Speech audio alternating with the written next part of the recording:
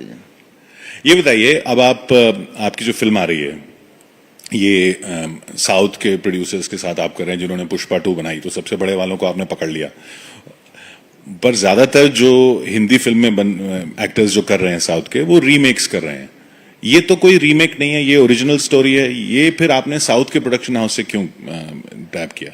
देखिए, मैं आजकल के इंटरव्यूज में कह ही रहा हूँ कि जब मैंने पहली गदर की थी इतनी सक्सेसफुल हो गई थी कि मेरी दुकान बंद हो गई और जब दूसरी गदर आई तो फिर से दुकान खुल गई।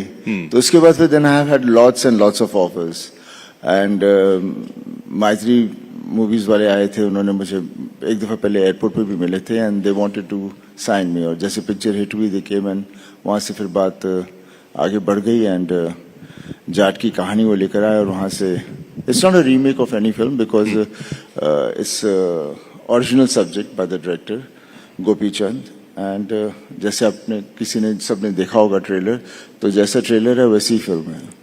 वो पंखे उखाड़ देते हैं। एकदम दमदार, एकदम वही अंदाज है जो सनी देओल जिसके लिए जाने जाते हैं। हाँ, जो लोग पसंद करते हैं और जो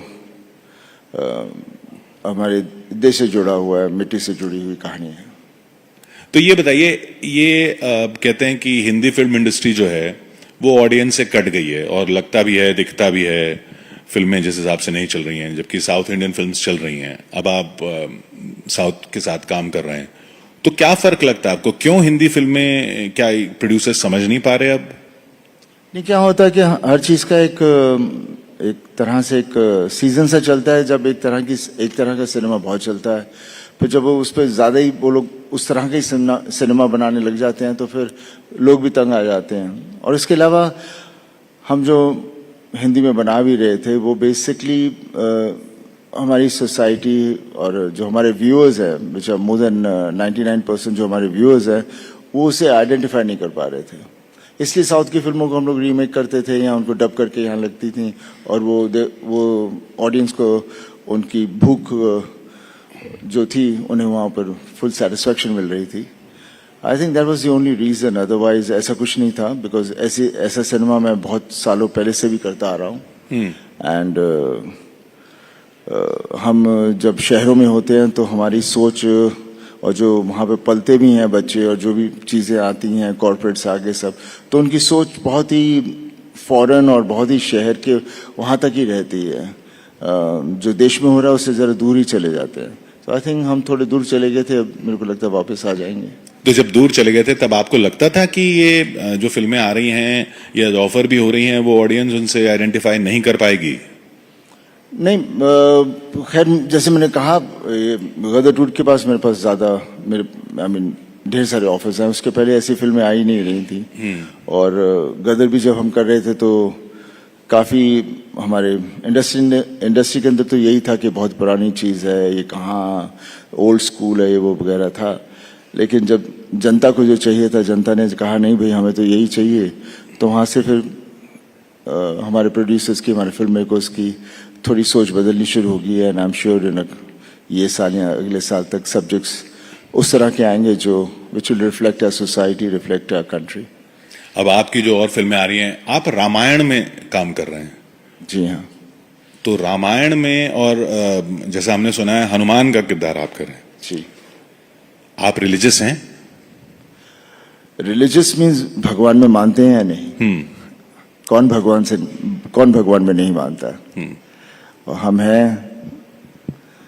भगवान की वजह से हैं। बस उनका यही कहना है कि जिंदगी जियो, अपने आप को कॉम्प्लिकेट मत करो, बी हैप्पी, सबका भला सोचो, किसी को दुख मत दो। This is what my grandmother, grandfather हमें यही शिक्षा दी है और हम उसी तरह से चलते जा रहे हैं। तो हनुमान जी का किरदार निभाने का जब ऑफर आया तो क्या सोचा आपने कि कैसे करना है इसको? चैलेंज तो रहेगा। देखिए, एक्टर्स के लिए हर चीज चैलेंज होती है, लेकिन मजा उसी में आता है। और फिर कहानी द स्क्रीन पे जिस तरह से लिखा जाता है हमें उसे निभाना होता है और डायरेक्टर के हिसाब से चलना होता है and definitely get into the characterisation completely, तभी जाके लोग उसे बिलीव करेंगे कि हम वो कैरेक्टर को प्ले कर रहे हैं। और हनुमान जी का जो मैं रोल करूँगा, खैर अभी तो शुरू नहीं किया, जब शुरू करूंगा, because it's very science fiction kind of take on special effects and everything, तो वो जैसे अवतार फिल्में थी उस हिसाब से कुछ कैरेक्टर्स होंगे, but it will be one of the mega films, because पहली बार हम, जैसे मैंने पहली बार जब सुपरमैन देखी थी तो आदमी उड़ कैसे सकता है, जब देखी तो सोचना ही भूल गया कि नहीं भाई उड़ रहा है, दैट्स द सुपरमैन। तो हमारा सिनेमा भी उस रियलिटी की तरफ जा रहा है, and I am sure this will be one of great films. तो किसी की छवि ध्यान में रहेगी हनुमान जी का रोल करते वक्त, क्योंकि एक जमाना है पिछली जनरेशन का जिसने दारा सिंह जी को देखा है हनुमान के रोल में, और बहुत बार देखा है।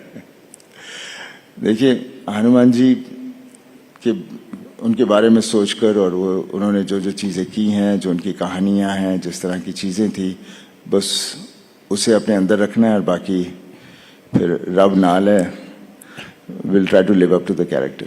कोई खास तैयारी उसके लिए? नहीं, ऐसा कुछ नहीं, ऐसा कुछ नहीं, मैं कभी कोई खास तैयारी नहीं करता, हो जाती है। ये बताइए,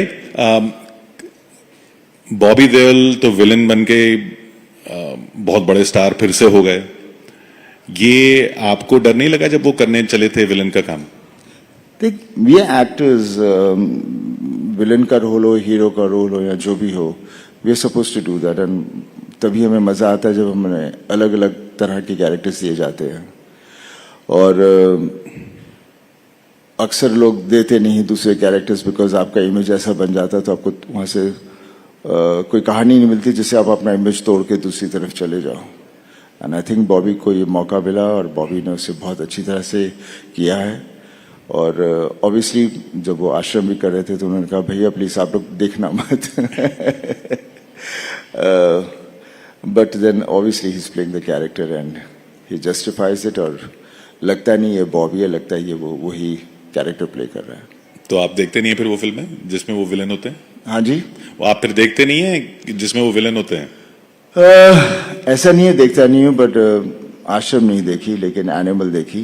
but then again being the family, तो जब उसको मारे तो बड़ा गुस्सा बड़ा आया था, बिकॉज ये पर्सनल हो जाता है आदमी, वैसा कुछ नहीं। आप कभी करना चाहेंगे विलनस रोल? हाँ जरूर, why not, if a producer कोई सब्जेक्ट लेकर आए, I would love to do it. ये बताइए, मल्टी स्टारर फिल्मों का जमाना हुआ करता था, फिर से बीच बीच में आता है, आप कोई किसी खास स्टार के साथ करना चाहेंगे फिल्में? देखिए, स्टार्स ढेर सारे हैं, किसी के साथ भी कर लेंगे। फिलहाल मैंने कहा था कि मैंने एक फिल्म शाहरुख के साथ डर की थी, तो I wouldn't mind to do एक दूसरी फिल्म एक और करते हैं, देखते हैं आज के जमाने में हम क्या कर पाएंगे। शाहरुख के साथ? वो तो कहा जाता था आपका झगड़ा था उनसे? झगड़े वगड़े तो होते रहते हैं, साथ में समझौता भी हो जाता है। पर वो नाराजगी आपकी उनसे थी या डायरेक्टर से थी? ऐसी कोई नाराजगी मीन्स उस वक्त जो भी था सो हो गया, वक्त गुजर गया है, उसके बाद सबको समझ आ गई कि क्या सही था क्या गलत था, तो उसे वापस दोहराने का कोई मतलब नहीं तो आगे कैसे बढ़ेंगे। और फिर आमिर खान भी आपके लिए एक फिल्म ले आए? जी हाँ, ये हमारी फिल्म है जो है जिसने लाहौर डी विख्या, एंड वो प्ले है जो कई सालों से हम लोग कोशिश कर रहे थे उससे बनाने का, लेकिन बिकॉज सक्सेस नहीं था तो फाइनेंशियली उसे बनाना मुश्किल हो रहा था। जैसे गदर चली तो obviously we were very delighted कि कोई बनाएगा, and Aamir was the first person जो आया कि मैं एक बनाना चाहता हूँ। मतलब why not, we been waiting to do this film, and Raj और हम दोनों ने 3 फिल्में की हैं, उसके बाद हमने कई सालों से कुछ किया नहीं है, so from the fan point of view people out there they would love to see us together, तो उस तरह से ये सिलसिला शुरू हुआ। चलिए, यहाँ ऑडियंस बहुत इंतजार कर रही है आपसे कुछ सवाल पूछने के लिए।